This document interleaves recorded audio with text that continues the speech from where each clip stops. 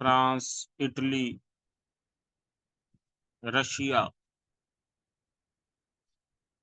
Norway, Denmark اور Spain, Portugal, یہ دنیا کی استعماری بڑی طاقتیں رہیں جنہوں نے کئی ملکوں پر قبضہ کیے رکھا. اور اس کے بعد پھر گلوبلائزیشن آئی، جس میں انہوں نے ملکوں کے وسائل اپنے گھر میں بیٹھ کر ہتھیانے کا طریقہ کار اپنایا. ملٹی نیشنل کمپنیوں کے ذریعے بڑی بڑی کمپنیاں قائم ہوئیں، اپنی مینجمنٹ انہوں نے بہتر کی، اور اس مینجمنٹ کے ذریعے سے عالم اسلام کے وسائل کو نچوڑ لیا، ابھی تک نچوڑ کے جا رہے ہیں. تو یہ تھا گلوبلائزیشن کا دور.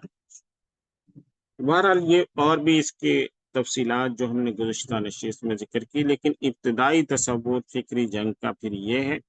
اور اس کے بعد پھر فکری جنگوں کا محاذ جو ہے اس وقت بڑا گرم ہے.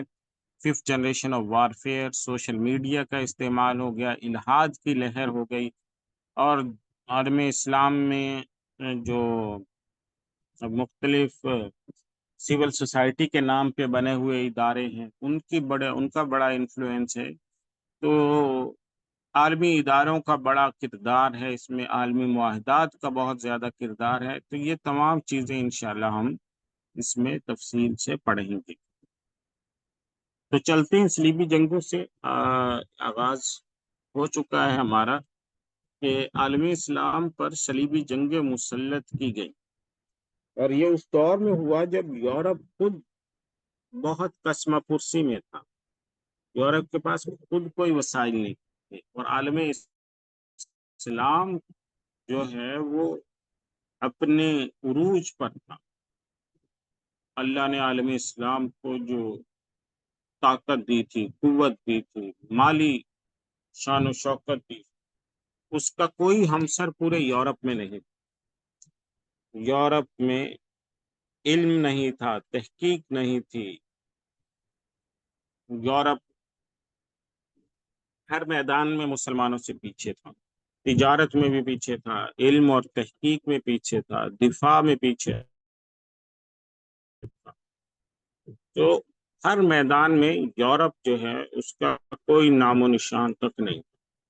اس دور میں جب عیسائیوں نے دیکھا کہ مسلمانوں کے پاس دنیا کی دولتیں بھی ہیں، علم کی دولت بھی ہے، اور کتنے ہی طرح کے وسائل ہیں دنیا کے جو سارے کے سارے ان کے پاس جمع ہو گئے ہیں، تو انہوں نے پھر کے لیے صلیبی جنگیں شروع کی. اور مقصد اس کا یہ تھا کہ سارے یورپ کو مل کر اس پر آمادہ کیا جائے کہ مسلمانوں سے دنیا کی قیادت چھینی جائے، مسلمانوں کے وسائل جو ہیں وہ ان سے ہتھیائے جائیں، مسلمانوں نے جو دنیا پر قبضہ اپنا قائم کر رکھا ہے اور سپر پاور بنے ہوئے ہیں، ان کی اس شان و شوکت کو توڑا جائے. چلیں ذرا اگلی سلائیڈ پر چلتے ہیں. یہ صورتحال تھی اس وقت. عالم اسلام میں بازنطینی سلطنت تھی، اور ان سے نیچے مسلمانوں کی سلجوقی سلطنت تھی. یہ آپ کو نظر آ رہا ہوگا. ترکی جو موجودہ ہے اس میں سلجوقیوں کی حکومت تھی، سلجوقیوں کی اسلامی حکومت تھی. اور اس سے نیچے کے جو علاقے ہیں یہاں پر بھی سلجوقی تھے یا پھر مختلف بادشاہتیں تھیں. مسلمانوں کا جو مصر کا علاقہ ہے وہاں پہ عبیدی حکومت تھی، الدولت العبیدیہ. صحیح ہے. تو یہ فاطمیین مصر کی عبیدی حکومت کہلاتی ہے، فاطمیین مصر کی. تو عالم اسلام جو ہے وہ تیزی سے ترقی کر رہا تھا، اور دنیا کے وسائل ان کے پاس تھے، تہذیب اور تمدن ان سے دنیا سیکھتی تھی، دنیا کے سپر پاور مسلمان تھے. اور اس دور کے احوال، شان و شوکت اگر دیکھنی ہو تو ابن بطوطہ کے سفر نامے میں دیکھیے. ابن بطوطہ کا سفر نامہ ہر ایک کو پڑھنا چاہیے. تاکہ آپ کو پتا چلے کہ 1000 سال پہلے مسلمان کیا کر رہے تھے، ان کو اللہ نے کتنا نوازا تھا، دنیا پہ مسلمانوں کی حکومت تھی، ان کا سکہ چلتا تھا، اور پوری دنیا مسلمانوں کے سامنے کمزور تھی۔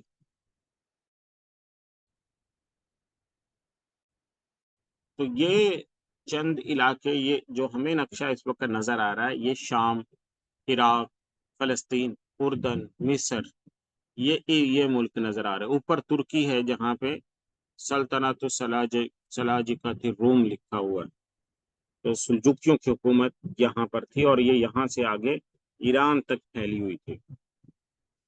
ان سے اوپر جو ہے وہ یورپ کی ریاستیں تھیں، اور یورپ میں عیسائی بازنطینی ریاست قائم تھی اس وقت۔ جب یہ ہم نے نقشہ سمجھ لیا ہے تو ذرا اس سے آگے بڑھتے ہیں اور اگلی سلائیڈ پر چلتے ہیں۔ اب ہوا یہ کہ 1050 جب آیا تو سلجوکیوں نے بازنطینی ریاست پہ قبضہ کر لیا، اور ان کو لگا کہ مسلمانوں نے اپنے آپ کو تو اتنا مضبوط کر لیا، اب یہ ہمیں ہڑپ کر جائیں گے اور دنیا میں صرف مسلمان رہ جائیں گے۔ یہ اپنی طاقت اور قوت اور معیشت اور اور کے بل بوتے پر دنیا پہ اپنی حکومت کو منظم کر جائے۔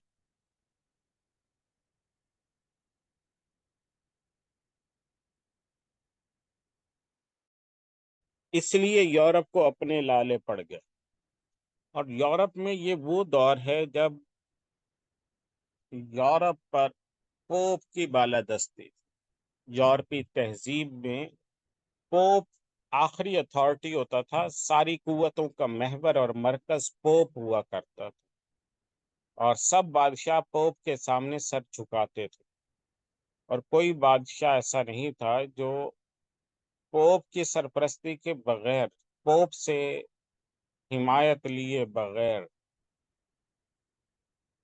حکمران بن سکے۔ تو بہرحال 1050 میں سلجوکی جب بازنطینی ریاست میں، جو موجودہ میں نے کہا ترکی ہے، وہاں پر بازنطینی ریاست تھی پہلے سے، وہاں پر یہ داخل ہوئے، اور انہوں نے رفتہ رفتہ وہاں سے ترکی سے بازنطینیوں یعنی عیسائیوں کو بے دخل کرنا شروع کر دیا۔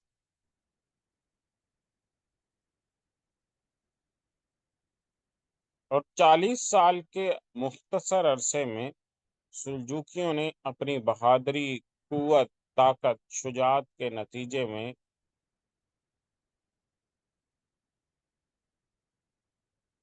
بازنطینی ریاست پر قبضہ کر لیا، اور فلسطین تک کا علاقہ جو ہے وہ بازنطینیوں سے چھڑوا کر مسلمانوں کو دلوا دی۔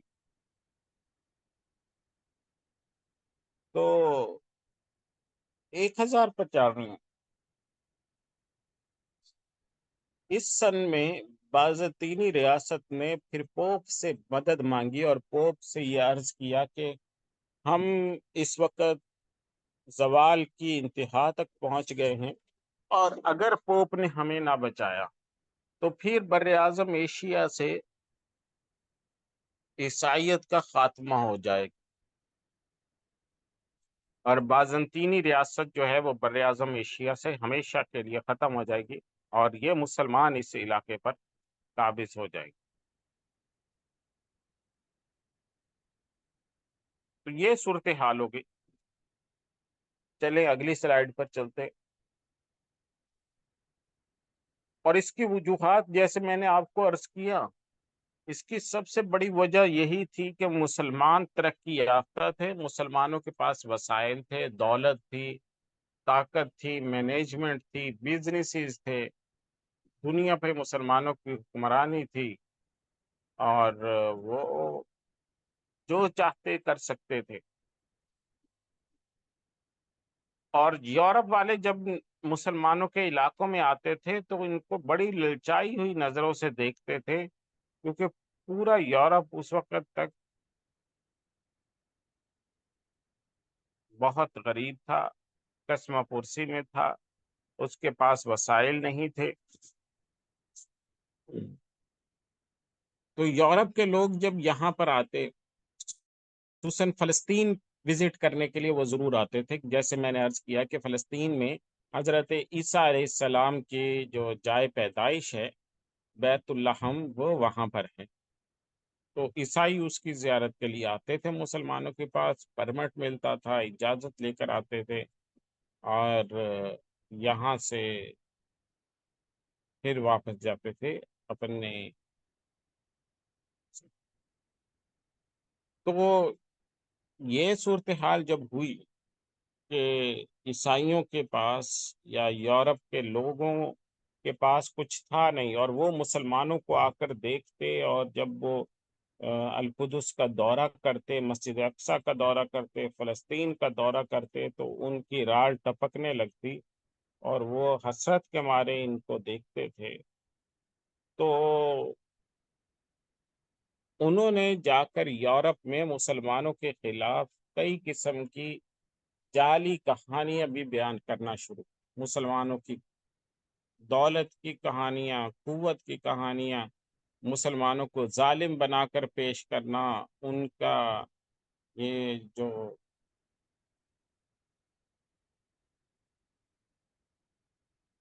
تو یورپ کی بے انتہا غربت بھی اس کا ایک بڑی وجہ تھی، اور یہودیوں نے بھی اس میں اپنا کردار الگ سے ادا کیا کہ یہودیوں نے مسلمانوں کے خلاف اس جنگ کو سپانسر کیا، اور یہی ساز باز پھر یہودیوں کی جا کر کامیاب ہوئی ہے۔ یہ آپ اندازہ لگائیں کہ یہودیوں نے ساز باز مسلمانوں کے خلاف شروع کی ہوئی ہے اس وقت سے، 11ویں صدی سے، اور یہ اپنے کامیاب انجام تک پہنچ رہی ہے یہ اب جا کر۔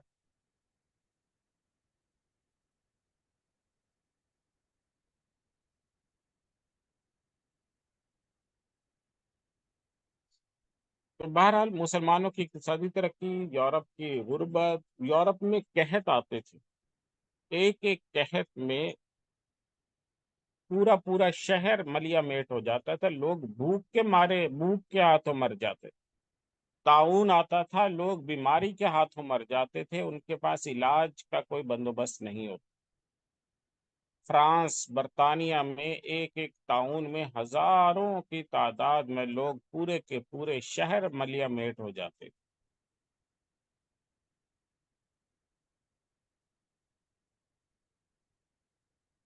چلیں اگلی سلائیڈ پر چلتے ہیں۔ تو یہ صورتحال جب تھی، اور یورپ میں ہر شخص کے دل میں نفرتیں مسلمانوں کے خلاف تھیں، اور پھر ایک بڑی وجہ جو یہاں تاریخ میں لکھی گئی ہے وہ یہ بھی تھی کہ جب وہ مسلمانوں کے علاقوں میں آتے، یہاں پہ القدس وغیرہ، تو مسلمانوں کے پاس تو بڑی دولت ہوتی، اور انہوں نے کبھی دولت اور پیسہ اور فراوانی دیکھی نہیں ہوتی تھی، تو اس لیے یہ عیسائی یہاں پر آ کر چوریوں میں ملوث ہوتے، تو یہ یہاں پہ آ کے عالم اسلام سے چوریاں کرتے تھے، اور چوریاں کر کے جب اپنے ملک میں واپس چلے جاتے تھے، کچھ لوگ پکڑے بھی جاتے تھے، جو لوگ پکڑے جاتے تھے ان کو پھر جیلوں میں ڈال دیا جاتا تھا۔ یورپ چونکہ پڑھا لکھا بھی نہیں تھا، اخلاقی انحطاط عروج پر تھا، اس لیے ان میں چوریاں کرنے کی عادت بہت زیادہ پختہ تھی، تو وہ چوریاں کرنے کی پاداش میں جب پکڑے جاتے تو ان کو پنش کیا جاتا، سزائیں ملتی، اور ان سزاؤں کو وہ اپنے ملکوں میں جب واپس جاتے تو وہاں یہ نہیں تسلیم کرتے کہ ہم جو ظلم کے نتیجے میں ہمارے ساتھ یہ ہوا ہے، یا ہماری چوری چکاری کے نتیجے میں ہمیں گرفتار کیا گیا، بلکہ وہاں جا کر وہ مسلمانوں کے ظلم کے قصے، مسلمانوں کے عیاشیوں کے قصے بیان کرتے، اور مسلمانوں کے خلاف نفرت جو ہے وہ پورے یورپ میں بھڑکاتے۔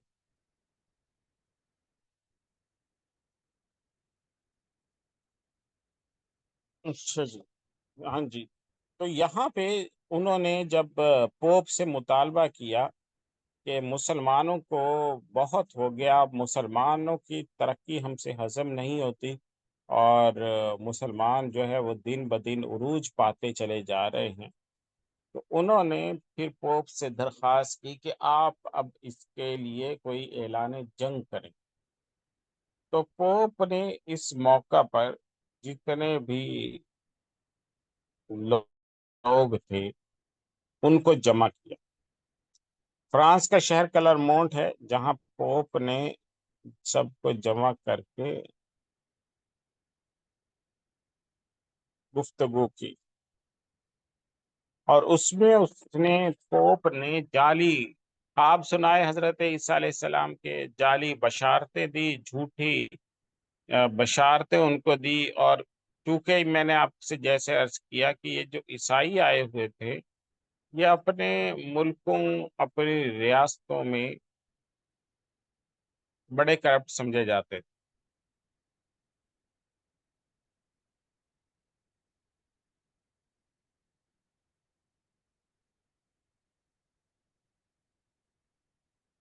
اچھا جی، تو یہ چوری چکاری ایسے بری عادتیں ان میں بہت زیادہ تھی، گناہ ان میں بہت زیادہ قسم کے پائے جاتے تھے۔ تو پوپ نے ایک اعلان ان میں یہ کیا کہ بھائی جو شخص اس جنگ میں شریک ہوگا، اور اس کو مقدس جنگ قرار دے دیا کہ جی مقدس جنگ ہے یہ، اور اس میں جو شریک ہوگا لڑنے کے لیے جائے گا اس کے سارے گناہ معاف ہو جائیں گے۔ اس نے زندگی بھر جو چوریاں کی ہیں، الٹی حرکتیں کی ہیں، وہ تمام معاف ہو جائیں گی، اور بس وہ اس جنگ کے اندر شریک ہو جائے۔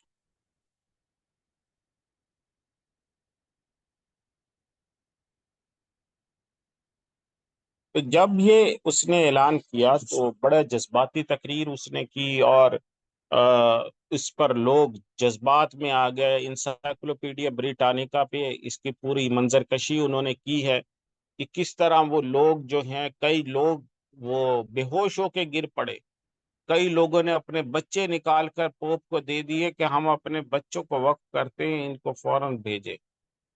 تو اس طرح سے انہوں نے بہت ہی جذباتی گفتگو، اسی جذباتی گفتگو کے نتیجے میں پھر کئی لشکر تیار ہوئے، اور پہلی جنگ عظیم جو صلیبی جنگ کہلاتی ہے وہ اس کے نتیجے میں پھر اس نے جنم لیا۔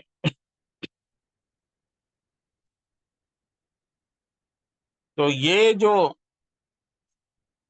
پوپ تھا اس کا نام تھا پوپ اربن دوم، پوپ اربن دوم۔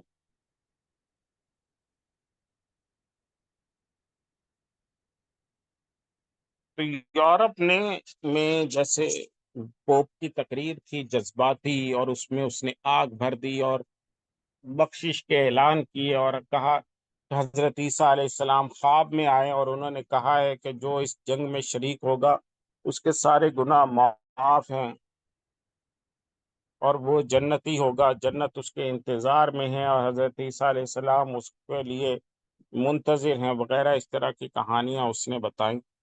تو چار لشکر بیک وقت مسلمانوں پر حملے کے لیے تیار ہو گئے۔ سب سے پہلے نمبر پہ یہ، اور سب نے یہ فیصلہ کیا کہ آپ مختلف جگہوں سے ہم آئیں گے لیکن ہماری جو منزل ہے وہ ایک ہوگی۔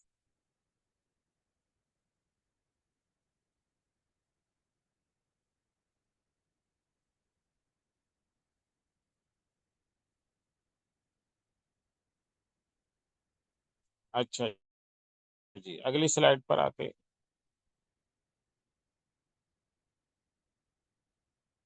یہ دیکھیں جی، ان میں آپ کو وہ لشکر نظر آ رہے ہیں جو مختلف جگہوں سے روانہ ہوئے، مقصد ان کا ایک ہی۔ یہ اس نقشے میں آپ کو نظر آ رہا ہوگا کہ جو فلسطین کی جگہ ہے وہاں پر انہوں نے پہنچنا تھا. سمندر کے راستے، خشکی کے کئی راستے انہوں نے بنائے.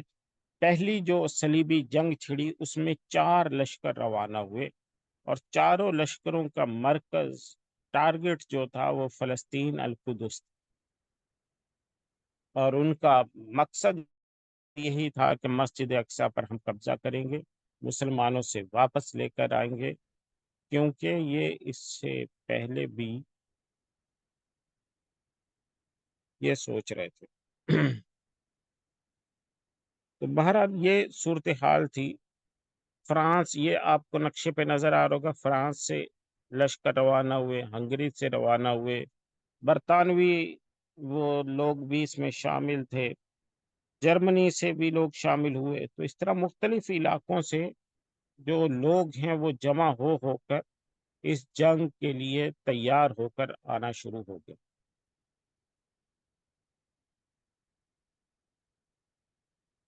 جی اگلی سلائیڈ کر دیجیے.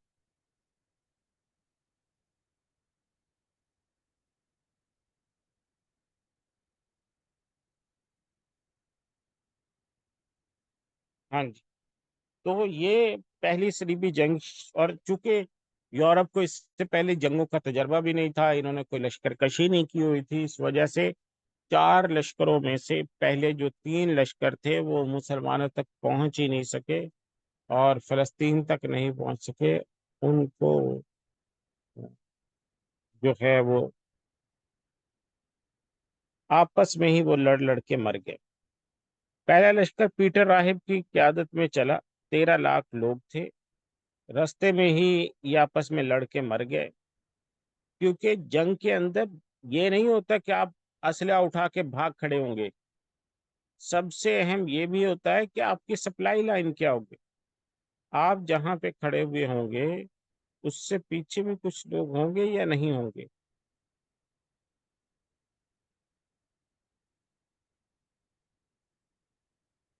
تو اور کھانے پینے کا کیا بندوبست ہوگا؟ اس دور میں پیدل لشکر چلتے تھے، اور اتنے بڑے لشکر کو فیڈ کرنا، ان کی خوراک کی ضروریات فراہم کرنا، یہ بہت مشکل کام ہوتا ہے. جب یہ لوگ مختلف علاقوں سے ہو کر آسٹریا ہنگری میں داخل ہوئے تو اس پر جو ہے تو وہ جب مختلف رستوں سے روانہ ہوئے تو لوگوں نے ان کو کھانا پینا نہیں دیا، انہوں نے دکانوں پر حملے شروع کر دیے. اب لشکر لاکھوں میں ہو، اور اس دور میں یورپ میں بہت قسم پرسی بھی ہو، کھانے پینے کے لالے پڑے ہوئے ہوں، اور پھر لوٹ مار شروع ہو جائے اتنی بڑی تعداد میں، تو وہاں کی حکومتوں نے ان عیسائیوں کو پکڑ کر.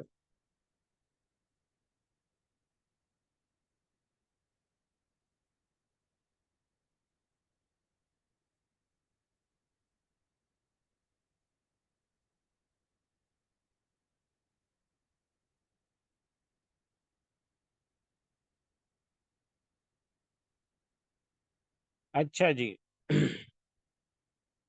تو اگلی سلائیڈ پر ذرا آئیے، اس میں ہم آپ کو چاروں لشکروں کا وہ دکھاتے ہیں راستہ. یہ دیکھیں جی، یہ سارے لشکر اس طرح سے یورپ کے مختلف کونوں سے جمع ہوئے. ان کا مقصد تھا ترکی پہنچنا. یہ آپ کو نظر آ رہا ہوگا ترکی، یہ قسطنطنیہ ہے، یہ جس کے اوپر کانسٹینٹین پول لکھا ہوا ہے. یہاں سے یہ ترکی میں داخل ہوتے، ترکی سے انہوں نے آنا تھا. جہاں یروشلم لکھا ہوا ہے یہاں پہ فلسطین ہے، بیت المقدس ہے، یہ والی جگہ پہ انہوں نے پہنچنا تھا.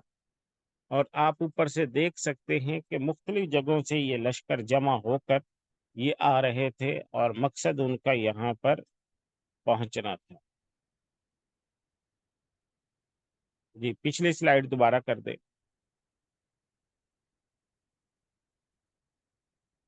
تو پہلا لشکر پیٹر راہب کی قیادت میں تھا، 13 لاکھ لوگ تھے. رستے میں لوٹ مار انہوں نے شروع کر دی، اور اس طرح پھر رستے میں ہی انہوں نے ان کا کام تمام کر دیا، رستے میں لوٹ مار کی وجہ سے.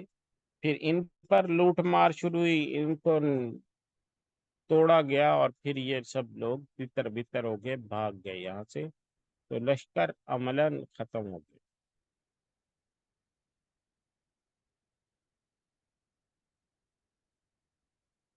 اس کے بعد گاؤس فل کا لشکر تھا، ہنگری میں پہنچا۔ ہنگری میں آسٹریا ہنگری جو کہ سینٹر یورپ میں ہے، یورپ کے وسط میں آتے ہیں، تو آسٹریا اور ہنگری میں عموماً ان کا صفایا ہوا ہے، اور وہاں پر پہنچ کر ان کو سخت مزاحمت کا سامنا بھی کرنا پڑا، اور اصل وجہ وہی تھی کہ یہ وہاں لوٹ مار کرتے تھے، دکانوں کو کھا لیتے تھے، جو کچھ ملتا تھا اس پر اس کو ہڑپ کر جاتے تھے، اور کہتے تھے ہم مقدس لشکر کے راہی ہیں، ہمارا ساتھ دو۔ تو لوگ جو ہیں وہ کتنا ساتھ دیتے، ان کے پاس خود کھانے پینے کا کوئی بندوبست تھا نہیں، منظم لشکر تھا نہیں، نہ کوئی سپلائی لائن تھی، نہ کوئی اپنے فوڈ کا بندوبست تھا، اس وجہ سے یہ سب لوگ تباہی کو پہنچے۔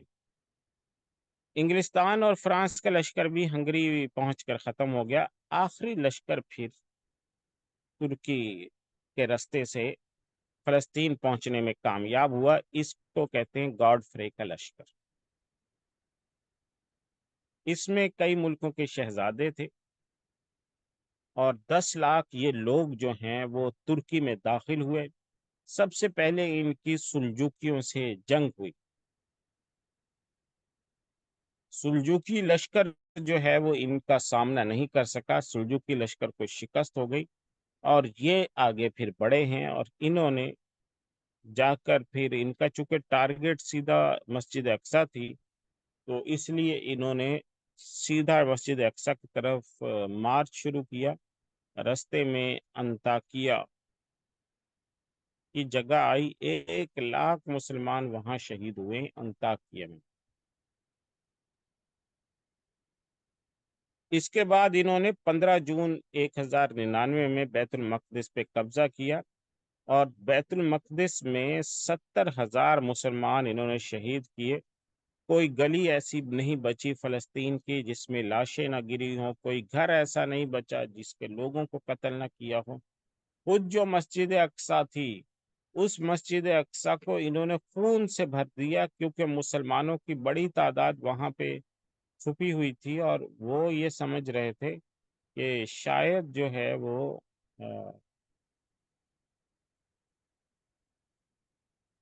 یعنی، اور یوں پھر 70,000 مسلمان وہاں پر شہید کر دیے گئے۔ مسلمان جو ہیں وہ مسجد اقصی میں پناہ لیے ہوئے تھے، اعتکاف بیٹھے ہوئے تھے، بہت سی خواتین بھی تھیں۔ ایک حصہ مسجد اقصی کا خواتین کے لیے مختص ہوتا تھا اس دور میں، وہاں پہ لوگ روزہ رکھتے تھے، لوگ عبادت کرنے کے لیے آتے تھے، علم دین حاصل کرنے کے لیے بڑی تعداد لوگوں کی موجود ہوتی تھی، اور یہ سب جو ہیں ان کو عیسائیوں نے مل کر شہید کر دی۔ مسلمانوں 70,000 مسلمان صرف مسجد اقصی اور اس کے ارد گرد شہید ہوئے ہیں، اور خود جو یورپین مورخین ہیں انہوں نے لکھا ہے کہ مسجد اقصی کے اندر اتنا خون بہایا گیا، اتنی خون ریزی کی گئی جس کی تاریخ میں کوئی مثال نہیں ملتی، اور عیسائیوں کے جو گھوڑے تھے وہ اپنے گھٹنوں تک مسلمانوں کے خون میں رنگے ہوئے تھے۔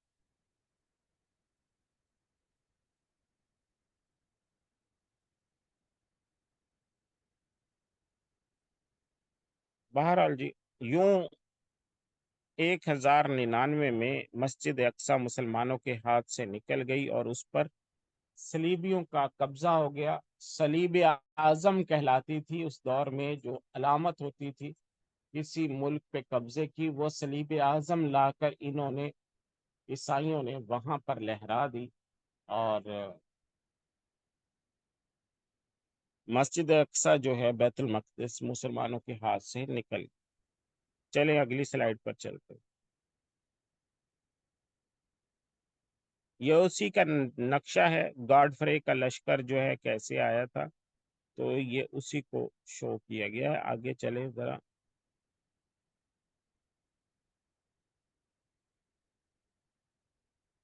ہاں جی، اس نقشے میں بھی دیکھیں آپ نظر دیکھ سکتے ہیں فرسٹ کروسیڈ، یہ بائیں طرف نیچے اس کا وہ دیا ہوا ہے، ڈیٹیل دی گئی ہے کہ فرسٹ کروسیڈ کا کلر کون سا ہے، جو دوسری سیکنڈ کروسیڈ ہے وہ کون سا اس کا کلر ہے، بائیں طرف جو ہے نیچے. ہاں جی، یہ اس کے شروع میں تھوڑے سے کلر، ہاں جی لائنوں کے کلر بھی بتائے گئے ہیں.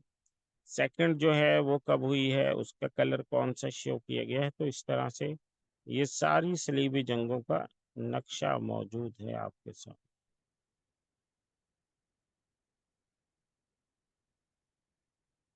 ہاں جی، یہ دیکھیں، یہ صلیبی جنگوں کا رستہ، اور یہاں سے پھر یہ فلسطین پہ قابض ہو گئے.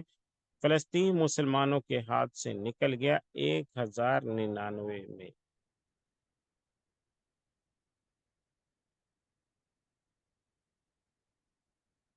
جی اگلی سلائڈ پر چلیں.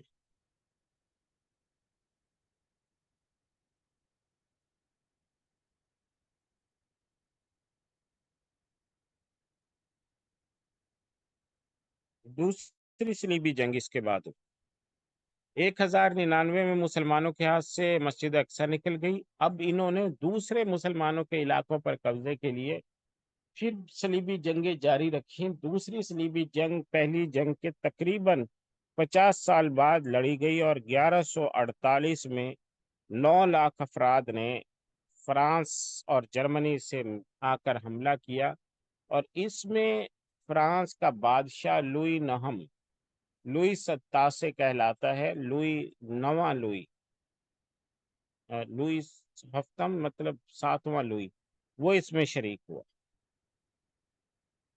اور اس نے جب یہ لشکر آیا تو اس وقت میں مسلمانوں میں سلطان نور الدین زنگی موجود. نور الدین زنگی کو مسلمانوں کے عظیم فاتح بھی قرار دیا جاتا ہے، اور ان کی خلافت کو خلافت علی منہاج النبوہ بھی قرار دیا جاتا ہے.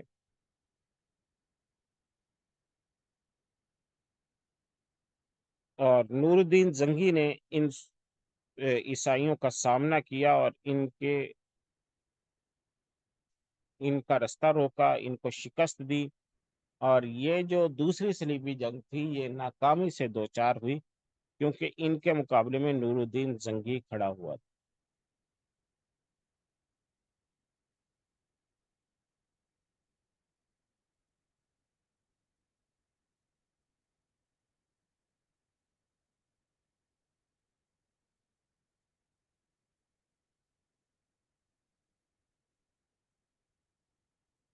جی اچھا، اب یہاں پہ ایک دوسرا کردار بھی آتا ہے. نور الدین زنگی کی فوج میں جس نے پرورش پائی، اور اللہ نے اس کے ہاتھ پر مسجد اقصی کو رہا کروانا رکھا تھا، جس کو سلطان صلاح الدین ایوبی کے نام سے ہم جانتے ہیں.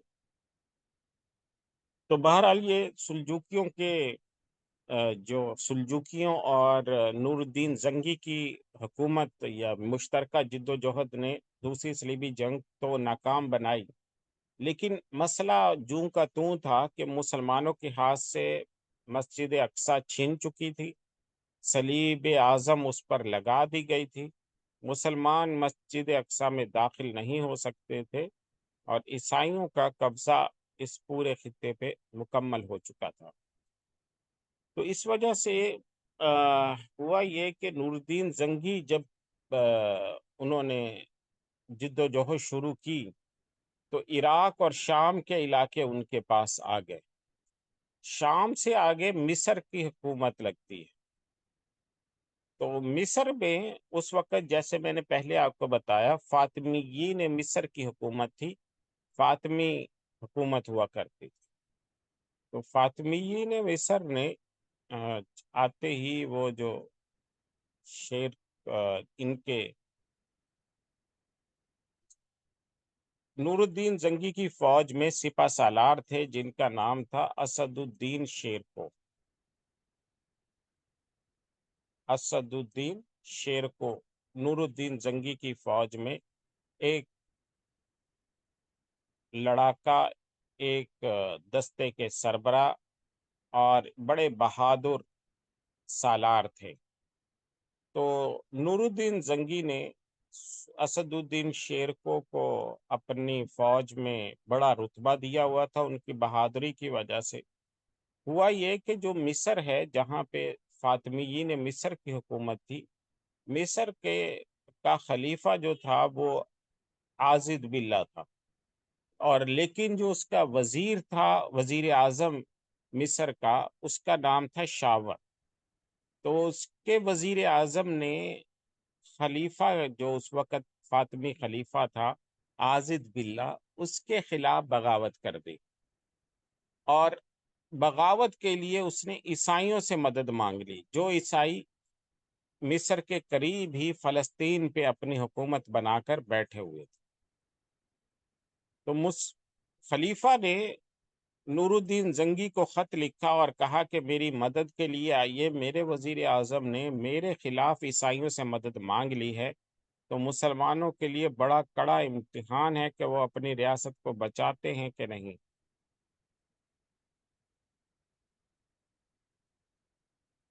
تو بہرحال یوں نور الدین زنگی نے یہ فیصلہ کیا کہ شیرکو کو مصر بھیج دیا جائے، تاکہ مصر میں عازد باللہ کو جو خطرے کا سامنا ہے اس خطرے کو ختم کیا جائے۔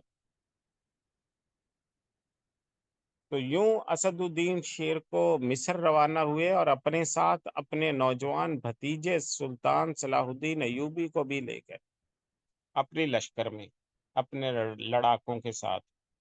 تو سلطان صلاح الدین ایوبی ابھی نوعمر تھے، اور ان کے ساتھ جنگ میں لڑنے کے لیے پہنچ گئے۔ اچھا جی،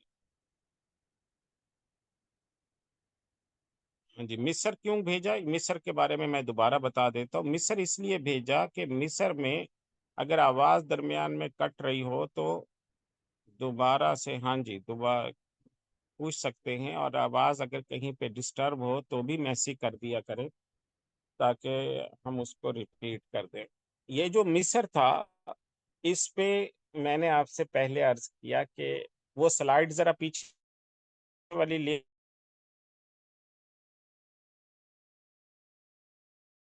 آئیں، جس میں وہ پہلے والی جو نقشہ نظر آ رہا تھا شروع میں صلیبی جنگوں کے فوراً بعد جو نقشہ تھا نا وہ لے کر آئے۔ ہاں جی، اس سے بھی پیچھے جو صلیبی جنگ جہاں ہاں اس سے پیچھے یہ والا، بس یہ والا، یہ دیکھیں، یہ صورتحال تھی نا۔ اب آپ کو القاہرہ نظر آ رہا ہے نا بائیں طرف میں، یہ مصر ہے، مصر کے دارالحکومت ہے القاہرہ۔ یہاں پہ الدولت العبیدیہ، جس کو فاطمیین مصر کہتے ہیں، یہ عبیدی حکومت تھی۔ بس یہی سلائیڈ رکھے، اس کو آگے نہ کریں۔ تو یہ جو الدولت العبیدیہ ہے، یعنی مصر میں فاطمیین مصر کی حکومت تھی، اس کا بادشاہ کا نام تھا عازد باللہ، جو خلیفہ تھا۔ اس کا وزیر اعظم تھا جس کا نام تھا شاور۔ تو وزیر اعظم کی اپنے خلیفہ سے انبن ہو گئی، اور اس نے اپنے خلیفہ کو ختم کرنے، اس کی خلافت ختم کرنے کے لیے عیسائیوں سے مدد مانگی، جو عیسائی القدس میں بیٹھے ہوئے تھے۔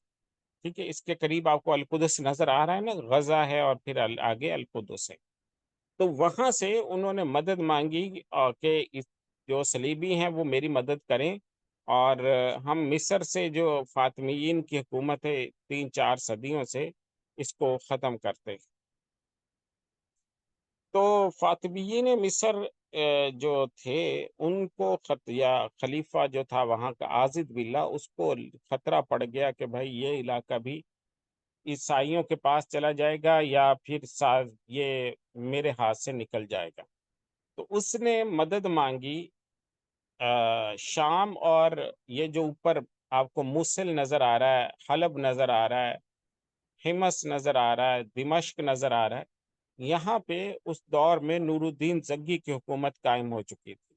نور الدین زنگی بہت خدا رسیدہ، اللہ تعالی سے لو لگانے والے بہت نیک بادشاہ تھے۔ ان کو خلافت علی منہاج النبوہ بھی قرار دی جاتی ہے، اور کہا جاتا ہے کہ وہ چھٹے خلیفہ راشد ہیں اپنے اعمال کی وجہ سے۔ 5واں خلیفہ راشد تو حضرت عمر بن عبدالعزیز کو کہا جاتا ہے، ان کی امانت دیانت کی وجہ سے، اور ان کے بعد جو تاریخ دان ہیں، مسلم مورخین ہیں، انہوں نے سلطان نور الدین زنگی کی عبادت، نیکی، اللہ سے تعلق اور دین کی بالادستی کا جو جذبہ تھا ان کے اندر، اس کی وجہ سے کہتے ہیں کہ نور الدین زنگی یہ چھٹے خلیفہ راشد تھے۔ تو یہاں کے جو مصر کا خلیفہ تھا عاضد باللہ، انہوں نے نور الدین زنگی کو خط لکھا کہ میری مدد کو پہنچے، ورنہ یہ جو وہ ہے مصر کا علاقہ ہے، یہ ہمارے ہاتھ سے نکل جائے گا، اور اس پر بھی عیسائی قابض ہو جائیں گے، یا پھر شاور اپنے من پسند کوئی حکومت، کٹ پتلی حکومت بنا لے گا۔ تو بہرحال یہ صورتحال ہو گئی تھی کہ مصر میں انقلاب آ رہا تھا، اور مصر میں عیسائی جو ہیں وہ مدد کر رہے تھے اس وہاں کے فاطمی خلیفہ کے خلاف۔ تو فاطمی خلیفہ نے جو مدد مانگی نور الدین زنگی سے، نور الدین زنگی شام اور عراق پر ان کی حکومت تھی، انہوں نے اپنے ایک سپہ سالار جن کا نام اسد الدین شیرکو تھا، ان کو حکم دیا کہ آپ لشکر لے کر مصر پہنچ جائیں۔ تو اسد الدین شیرکو لشکر لے کر مصر میں پہنچا، اور ان کے ساتھ وہ اپنے ساتھ اس لشکر میں اپنے نوعمر بھتیجے کو بھی لے گئے، جن کو تاریخ میں صلاح الدین ایوبی کے نام سے جانا جاتا ہے۔ اتنی بات سمجھ آ گئی ہو تو میسج کر دیں کہ جی یہ اتنی بات سمجھ آ گئی۔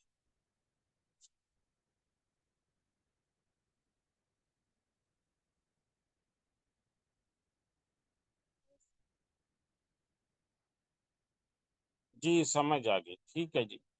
تو یہاں سے پھر یہ ہوا کہ شام سے اسد الدین شیر کو مصر روانہ ہوئے لشکر لے کر، اور اس لشکر میں سلطان صلاح الدین ایوبی ایک نوجوان سپاہی کے طور پر تھے۔ انہوں نے جا کر جنگ لڑی، اور جو شاور تھا، وزیر اعظم تھا، اس کو شکست دے دی، اور علاقہ فتح کر کے خلیفہ جو عاضد باللہ تھا اس کے ہاتھ میں سب کچھ دے کر وہاں سے واپس شام آ گئے۔ شام میں واپس نور الدین زنگی کے پاس آئے۔ نور الدین زنگی کی خواہش ان دنوں میں یہ تھی کہ میں نے فلسطین مسلمانوں کے لیے آزاد کروانا ہے، عیسائیوں کا قبضہ اس سے چھڑوانا ہے، اور وہ اسی کی تیاری کر رہے تھے۔ لیکن بدقسمتی سے یہ تھا کہ یہ جو علاقے آپ کو نظر آ رہے ہیں ساحل والے، انطاکیہ، طرابلس، بیروت، القدس، یہ سارے علاقے عیسائیوں کے پاس تھے۔ تو سلطان نے، یعنی نور الدین زنگی نے، عیسائیوں سے جنگیں کرنا شروع کی۔ حلب، حمات، حمص، دمشق، یہ علاقے سلطان نور الدین زنگی نے قبضے کر لیے، اور ان کے بعد والے جو انطاکیہ، طرابلس وغیرہ کے علاقے ہیں، روحا ہو گیا، یہ علاقوں پر انہوں نے لڑنا شروع کر دیا، اور ان میں سے کئی علاقے انہوں نے فتح بھی کر لیے تھے۔ اس دوران میں پھر یہ ہوا دوبارہ کہ مصر میں جو وزیر اعظم تھا اس نے دوبارہ طاقت پکڑ لی، اور دوبارہ سے اس نے خلیفہ کی خلافت ختم کرنے کا عزم کر لیا، اور قریب تھا کہ وہ اس پہ قبضہ کر لیتا۔ عیسائیوں کو بھی اس نے ساتھ ملا لیا تھا، اور عیسائیوں سے کچھ ایسا معاہدہ کیا تھا کہ ہم مل کر لڑیں گے، اور پھر آدھا آدھا علاقہ بانٹ لیں گے۔ تو جب اس نے یہ سب وہاں کی صورتحال دوبارہ عاضد باللہ نے نور الدین زنگی کو بھیجی اور کہا کہ میری مدد کو دوبارہ پہنچے، تو عاضد باللہ نے دوبارہ سے اسد الدین شیرکو کو، جو کہ چچا ہیں سلطان صلاح الدین ایوبی کے، ان کو بھیج دیا مصر میں، اور وہ اپنے ساتھ اپنے بھتیجے سلطان صلاح الدین ایوبی کو بھی لے کر خلاف یہاں مصر پہنچ گئے۔ دوبارہ جنگ ہوئی اور ان کو فتح ہو گئی۔ انہوں نے اس دفعہ میں جو وہ وزیر اعظم تھا اس کو گرفتار کر کے خلیفہ کے پاس پیش کیا، خلیفہ نے اس کو جیل میں ڈالا، قتل کروا دیا، اور یوں پھر ملک سے خاتمہ ہو گیا اس کا۔ لیکن اب مسئلہ یہ تھا کہ وزیر اعظم کس کو بنائے، تو مصر کے خلیفہ نے اپنا وزیر اعظم اسد الدین شیرکو کو مقرر کر دی۔ تو اسد الدین شیرکو یوں وہاں پہ وزیر اعظم بن گئے، اور اللہ کا کرنا یہ ہوا کہ صرف 6 مہینے کے بعد یہ جو اسد الدین شیرکو جو کہ سلطان صلاح الدین ایوبی کے چچا تھے وہ انتقال کر گئے، اور ان کے جو بعد نائب تھے وہ سلطان صلاح الدین ایوبی تھے۔ تو یوں سلطان صلاح الدین ایوبی وزیر اعظم بن گئے مصر کے۔ خلیفہ عاضد باللہ وہاں کا خلیفہ تھا۔ وزیر اعظم جو ہیں 6 مہینے اسد الدین شیرکو رہے، اور ان کے انتقال کے بعد یہاں پر جو سلطان صلاح الدین ایوبی تھے وہ پھر خلیفہ بن گئے، اور ان کی حکومت قائم ہو گئی، اور انہوں نے وزارت عظمیٰ سنبھالنے کے بعد ملک میں بڑی تبدیلیاں لے کر آئے۔ اللہ کا کرنا یہ ہوا کہ مصر میں، یعنی جہاں پہ الدولت العبیدیہ القاہرہ ہے، یہ مصر کی عبیدی سلطنت تھی، اس کا جو خلیفہ تھا یعنی عاضد باللہ وہ بیمار پڑ گیا، اور پھر اس کا انتقال ہو گیا۔ اس کے انتقال کے بعد سلطان صلاح الدین ایوبی نے عبیدی فاطمی جو حکومت تھی اس کے خاتمے کا اعلان کر دیا، اور یوں عبیدی فاطمی حکومت ختم ہو گئی، اور اس کے بجائے جو مسلمانوں کی حکومت ہے وہ قائم ہو گئی، اور جو سلطان صلاح الدین ایوبی ہیں وہ اس علاقے کے سلطان بن گئے۔ اور اللہ کا کرنا یہ بھی ہوا کہ نور الدین زنگی باوجود اس کے کہ بہت نیک تھے اور بڑی محنت انہوں نے کی فلسطین کو چھڑوانے کے لیے، لیکن اللہ تعالیٰ نے ان کے حصے میں فلسطین کو چھڑوانا نہیں لکھا تھا۔ اللہ نے یہ جو سعادت ہے یہ سلطان صلاح الدین ایوبی کے لیے رکھی تھی، جو کہ مصر سے پھر آگے بڑھے ہیں۔ تو پہلے ان کی حکومت مصر میں آئی، پھر نور الدین زنگی کا انتقال ہو گیا، تو ان کے جو نور الدین زنگی کے علاقے ہیں وہ بھی سلطان صلاح الدین ایوبی کے پاس آ گئے، یعنی شام اور عراق کا علاقہ یہ بھی سلطان صلاح الدین ایوبی کے پاس آ گیا، اور ان کا ہدف سلطان صلاح الدین ایوبی کا وہ القدس سے عیسائیوں کو نکالنا اور اس پہ قبضہ چھڑوانا تھا۔ اور وہ دن آ گئے کہ سلطان صلاح الدین ایوبی نے جو یہ تھا القدس فلسطین اس کو چھڑوانے کے لیے لشکر تیار کیا۔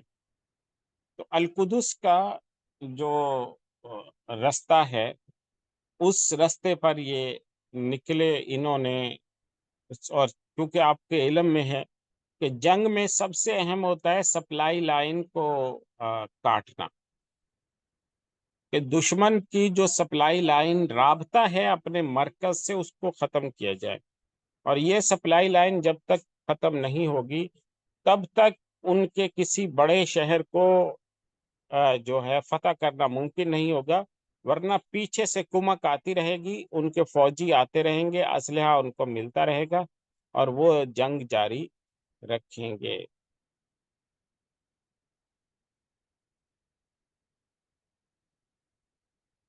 تو بہرحال یہ سلطان صلاح الدین ایوبی نے، اچھا آگے چلتے ہیں، انہی سلائیڈوں پر واپس آتے ہیں جہاں پر ہم چل رہے تھے۔ اتنی بات اگر سمجھ آ گئی ہو تو دوبارہ سے بھی میسج کر دیں کہ یہاں تک بات سمجھ آ گئی۔ ہاں جی آگے چلیں، سلطان صلاح الدین ایوبی کا تذکرہ آئے گا، اس سے بھی آگے، اس سے آگے۔ ہاں جی پیچھے پیچھے آ جائیں۔ ہاں جی دوسری صلیبی جنگ، جی اس سے پیچھے والی جہاں عبارت ہے۔ ہاں جی یہاں سلطان صلاح الدین ایوبی کا اقتدار آ گیا مصر میں، اور اس کے بعد سلطان نے شام کے علاقے، سلطان صلاح الدین ایوبی نے جو پہلے جس حکومت کا خاتمہ کیا تھا وہ فاطمیین مصر کی حکومت، مصر کی فاطمی حکومت کا خاتمہ کیا تھا۔ اور اس کے بعد جو ہے سلطان صلاح الدین ایوبی نور الدین زنگی کے علاقوں پر بھی حکمران بن گئے۔ نور الدین زنگی کے بعد کوئی وہاں طاقتور بادشاہ نہیں تھا، اس لیے شام اور عراق ان کے پاس آ گیا اور مصر آ گیا۔ تو مصر، شام اور عراق، یہ تین ملک جو ہیں ایک لائن میں ان کے پاس آ گئے۔ درمیان میں جو ہے وہ صرف ایک شہر رہ گیا، وہ علاقہ رہ گیا فلسطین کا، جو عیسائیوں کے پاس تھا، اور فلسطین کا رستہ جو ہے وہ سلطان صلاح الدین ایوبی نے فتح کرنا تھا، اللہ نے ان کے حصے میں یہ لکھا تھا۔ تو سلطان صلاح الدین ایوبی نے جنگیں لڑتے لڑتے بہرحال بالآخر القدس فتح کر لیا۔ بیت المقدس سے صلیب اعظم توڑ دی گئی، گرا دی گئی 1187 میں، یعنی تقریباً 89 سال کے بعد 1099 میں عیسائیوں نے قبضہ کیا تھا، اور مسلمانوں نے 1187 میں اس علاقے پہ قبضہ کر لیا۔ تو 89 سال کے بعد یہ علاقہ مسلمانوں کو واپس مل گیا، اور سلطان صلاح الدین ایوبی کے حصے میں اللہ نے یہ سعادت لکھی تھی کہ انہوں نے یہ علاقہ چھڑوا لیا۔ تو یوں یہ ہوا کہ مسلمانوں کو 89 سال کے بعد، 89 ایئرس کے بعد ان کا علاقہ واپس مل گیا، اور مسلمان جو ہیں وہ دوبارہ سے مسجد اقصی کے مالک بن گئے۔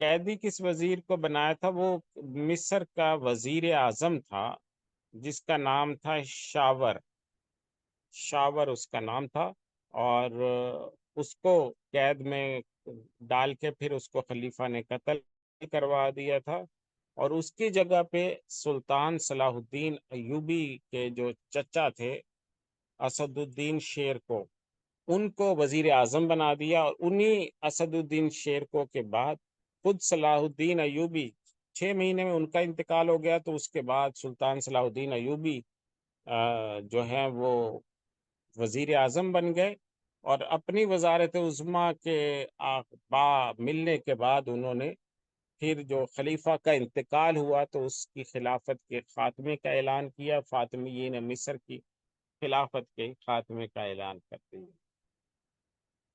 ٹھیک ہے جی، امید ہے کہ یہ اتنی بات سب کو سمجھ آ گئی ہوگی۔ تو یوں مسلمانوں کو 89 ایئرس کے بعد جو ہے وہ اپنا علاقہ واپس مل گیا۔ جی سمجھ آ گیا جی، ٹھیک ہے،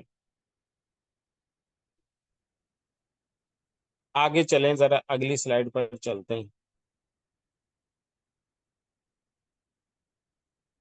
یہ دوسری صلیبی جنگ تھی جو اس سے پہلے ناکام ہو گئی۔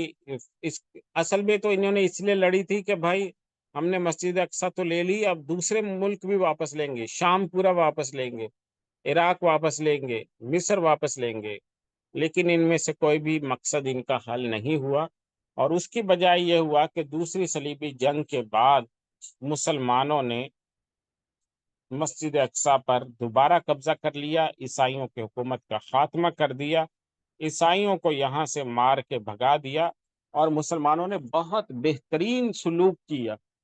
مسلمانوں نے قتل عام نہیں کیا عیسائیوں کا، عیسائیوں کو کہا کہ 2 درہم دیتے جاؤ اور یہاں اپنی جان مال لے کر یہاں سے نکلتے جاؤ۔ تو 1 درہم 2 درہم دے کر لوگ جانے لگے، اور پھر جن کے پاس 2 درہم بھی نہیں تھے ان کو کہا کہ وہ فری میں جا سکتے ہیں۔ تو وہ اس طرح سے سلطان صلاح الدین ایوبی نے اپنے اخلاق کی بالاتری ثابت کی ہے، اور آج تک پورا یورپی مورخین تسلیم کرتے ہیں کہ سلطان صلاح الدین ایوبی کے جو اخلاق ہیں ان کا کوئی میچ نہیں ہے، ان کا کوئی مقابلہ نہیں ہے۔ تو بہرحال یوں یہ ہوا۔ اب جیسے ہی مسلمانوں نے یہ علاقے فتح کیا، یعنی مسجد اقصی فتح کر لی، تو اس کے بعد یہ خبر پہنچی یورپ میں. یورپ نے تو پوری قوت لگا کے اور کئی سال یعنی پوری ایک صدی لگا کے انہوں نے فلسطین قبضہ کیا تھا. اور پوپ جو تھا وہ اس کا بہت بڑا کارنامہ سمجھا جاتا تھا، جس کے دور میں یہ علاقہ مسلمانوں کے ہاتھ سے چھینا گیا تھا. لیکن اللہ کا کرنا یہ ہوا کہ جیسے ہی مسلمانوں نے اس علاقے کو چھینا تو پورے یورپ میں ایک بھونچال آ گیا. اگلی سلائیڈ پر چلیں. جی، جو پوپ تھا، پوپ اربن ثانی سوم، پہلے جس کے دور میں فلسطین فتح ہوا تھا وہ پوپ اربن دوم تھا، اور یہ تیسرا پوپ اس وقت تھا، پوپ اربن سوم. اس کا یہ پوپ تھا، اور اس کو جیسے ہی یہ خبر پہنچی تو اس کو ہارٹ اٹیک ہو گیا، یہ مر گیا مردود. اور اس کے بعد پھر چوتھا پوپ بن گیا.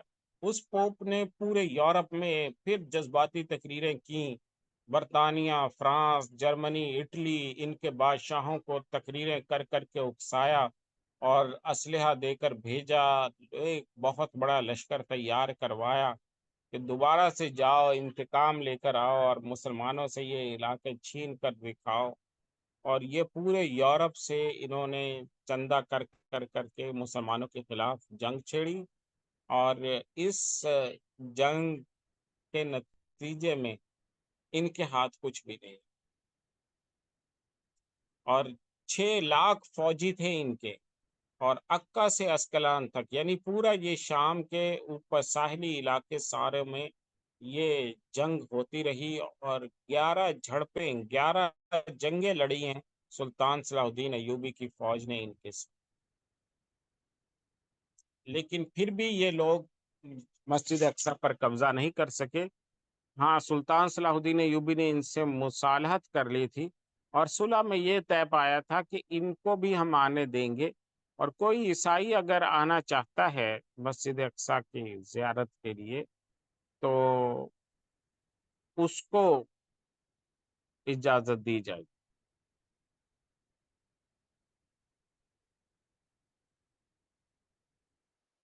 تو بہرحال یہ یوں صرف یہ معاہدہ ہوا کہ عیسائی جو ہیں وہ مسجد اقصی تک آ سکتے ہیں، وزٹ کر سکتے ہیں.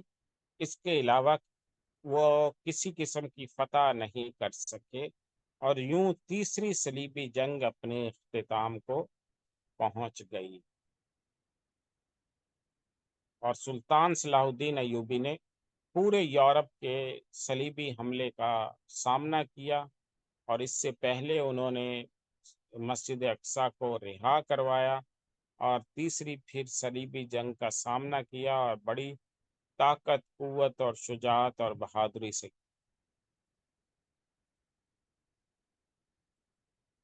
اچھا جی، چلیں اگلی سلائیڈ کرتے ہیں، ذرا دیکھتے ہیں اگلی سلائیڈ ہو سکتی ہے کہ نہیں. یہ تیسری صلیبی جنگ کا راستہ دکھایا گیا ہے.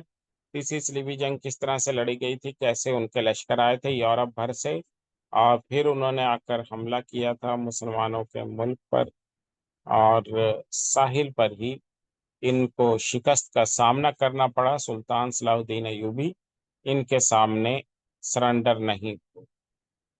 چلیں آگے چلیں.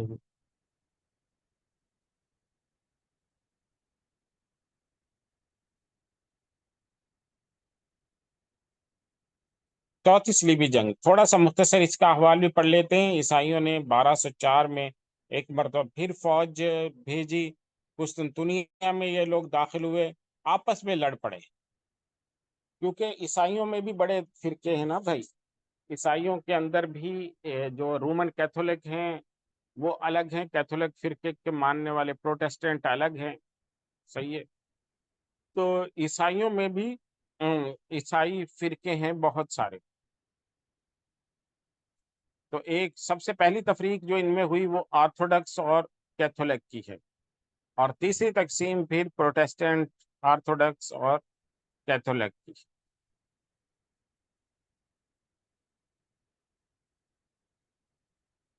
تو بہرحال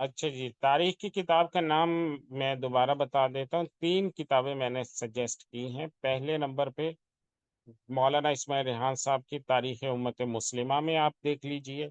اگر وہ نہیں ہے آپ کے پاس، پھر ایک، یا یہ طویل لگتی ہے، تو پھر مختصر تاریخ اسلام ایک جلد میں مولانا سعید احمد اکبر آبادی نے لکھی ہے، مسلمانوں کا عروج و زوال کے نام سے. مولانا سعید احمد اکبر آبادی نے لکھی ہے.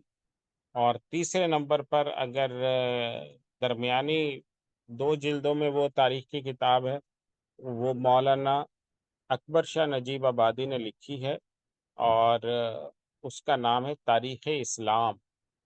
تو ان تینوں میں سے کوئی ایک تاریخ کی کتاب لے لیں. اور اگر یہ تینوں نہیں ہیں تو آپ کے گھر میں کوئی بھی اگر تاریخ کی کتاب رکھی ہے، اس میں صلیبی جنگیں لازماً ملیں گی، تو اس کو ضرور پڑھ لیجئے. عیسائیوں کے میں نے 3 فرقے بتائے تھے. رومن کیتھولک سب سے بڑا جو فرقہ ہے عیسائیوں کا، وہ کیتھولک ہے.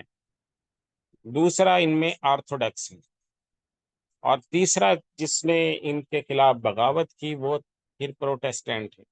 تو یہ 3 بڑے فرقے ہیں عیسائیوں کے. رومن کیتھولک جو سب سے بڑے ہیں فرقہ ہے، جس میں سب سے زیادہ تعداد ہے عیسائیوں کی. دوسرا فرقہ جو ہے وہ آرتھوڈکس ہے. اور تیسرا جو فرقہ ہے ان میں، وہ پروٹیسٹنٹ ہے عیسائیوں.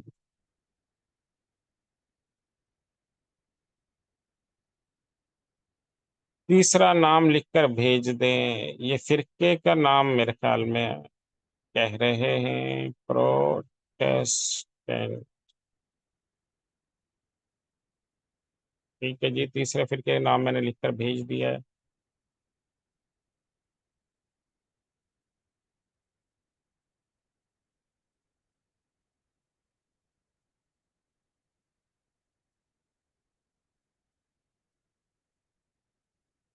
دیکھیے، یہ انطاکیہ اس وقت میں یہ مختلف شہر ہیں، جیسے آپ کو وہ نقشے کے اندر نظر آ رہا ہے نا، تو یہ ساحلی شہر تھے اس وقت میں.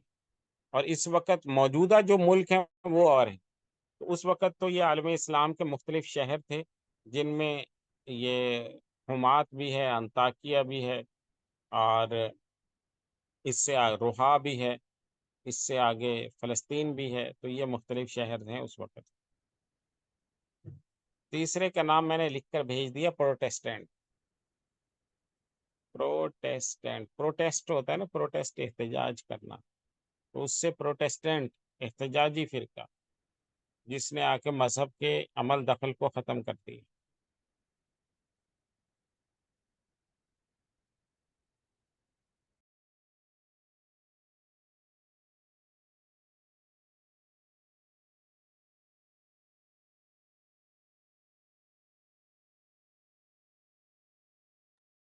جی، یہ نام اکٹھے آ گئے ہیں گروپ میں، رومن کیتھولک، آرتھوڈکس اور پروٹیسٹنٹ.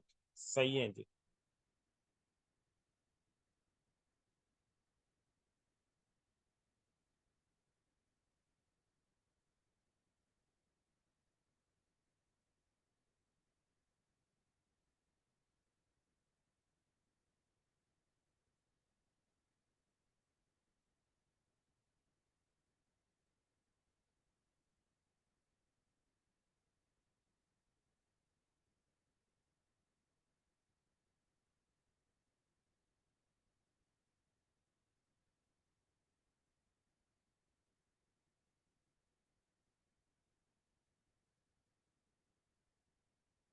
ٹھیک ہے جی، تب تک آپ نے اس کو پڑھ کے آنا ہے، کسی بھی تاریخ کی کتاب میں پڑھ لینا ہے.